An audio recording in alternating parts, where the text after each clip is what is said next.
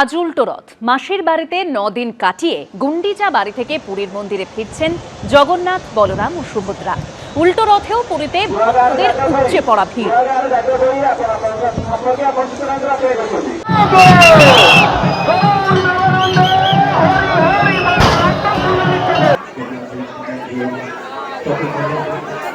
পুরমন্ত্রী যেভাবে কাজ করছেন এটা হয়তো আমিও করিনি। বিধানসভায় বর্তমান পুরমন্ত্রী প্রশংসায় পঞ্চমুখ প্রাক্তন পুরমন্ত্রী।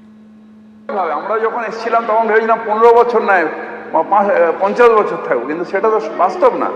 একটা সময় এরকম আসবে, কিন্তু সেখানে ক্রিটিসাইজ হবে। কিন্তু আজকের পরিস্থিতি নিয়ে আমাদের মাননীয় মন্ত্রী যে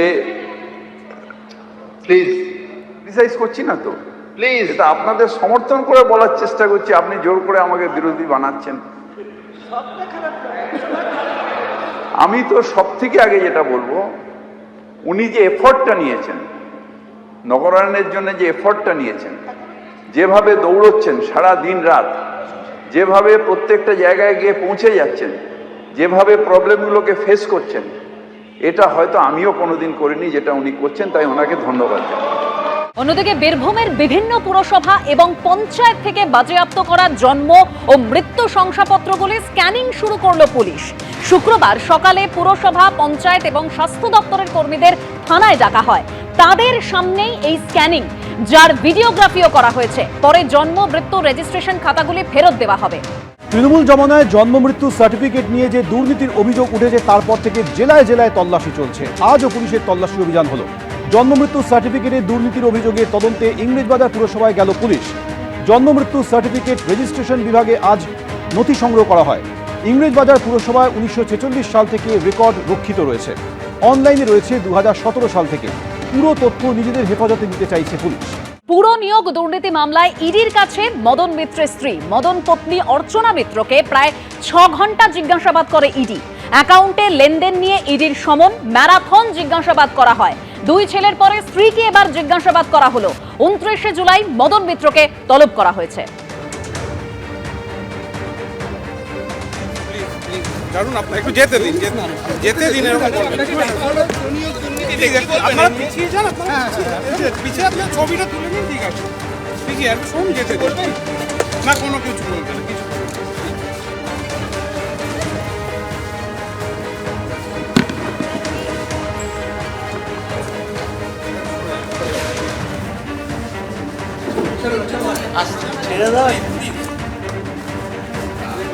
অভিযোগের পাহাড়ে সেবাশ্রয়। আগামীকাল বিধানসভায় মুখ্যমন্ত্রী তিনি বিবৃতি দিতে চলেছেন।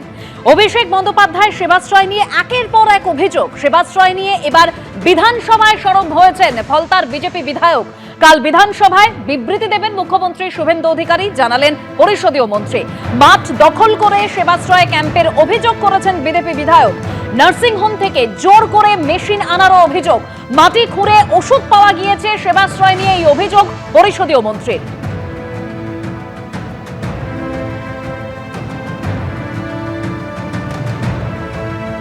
এই সেবাশ্রয় ক্যাম্প নিয়ে বলতে গেলে, এই আমাদের ফলতাতে মাটির নিচ থেকে সেবাশ্রয় ক্যাম্পের ওষুধ পাওয়া যাচ্ছে। সংক্ষেপে মাটির নিচ থেকে সেবাশ্রয় ক্যাম্পের ওষুধ পাওয়া যাচ্ছে।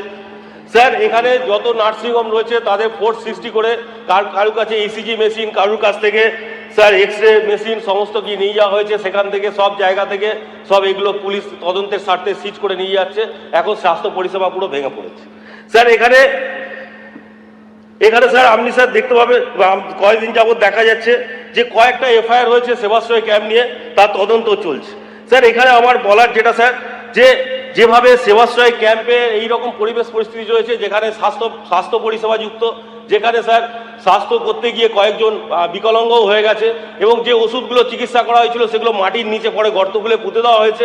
স্যার এরপরে আমি স্যার, এবং যে খেলার মাঠের ওপরে এখনো ডায়মন্ড হারবার এবং ফলতা দুটো বড় বড় মাঠ, ডায়মন্ড হারবার সাব ডিভিশন মাঠের ওপরে এখনো পর্যন্ত সেবাশ্রয় ক্যাম্প রয়েছে, এবং ফলতার খেলার মাঠের ওপরে সেবাশ্রয় ক্যাম্প এখনো পর্যন্ত স্টিল এক্সিস্ট। এবং স্যার সব থেকে বড় জিনিস স্যার যেটা বলার, লোকের মুখে শোনা যাচ্ছে 4 তারিখ 12টার পরে নাকি ওখানে বিজেপি যারা করতো তাদের নিয়ে এসে সেবা করা হতো, সেই জন্য সেবাশ্রয় ক্যাম্পগুলো রেখে দেওয়া হয়েছিল। পরবর্তীকালে খুঁজে পাওয়া যায়নি। অত্যন্ত গুরুত্বপূর্ণ অভিযোগ এই সেবাশ্রয় নিয়ে এসছে। সেটা ফলতা বা ডায়মন্ড হারবার, নন্দীগ্রাম ইত্যাদি প্রত্যেকটি ক্ষেত্রেই সেবাশ্রয়ের নিয়ে যে অভিযোগ এসছে সেই অভিযোগ নিয়ে মাননীয় মুখ্যমন্ত্রী আগামীকাল বিধানসভার সদস্যদের সামনে তিনি একটি বিবৃতি দেবেন।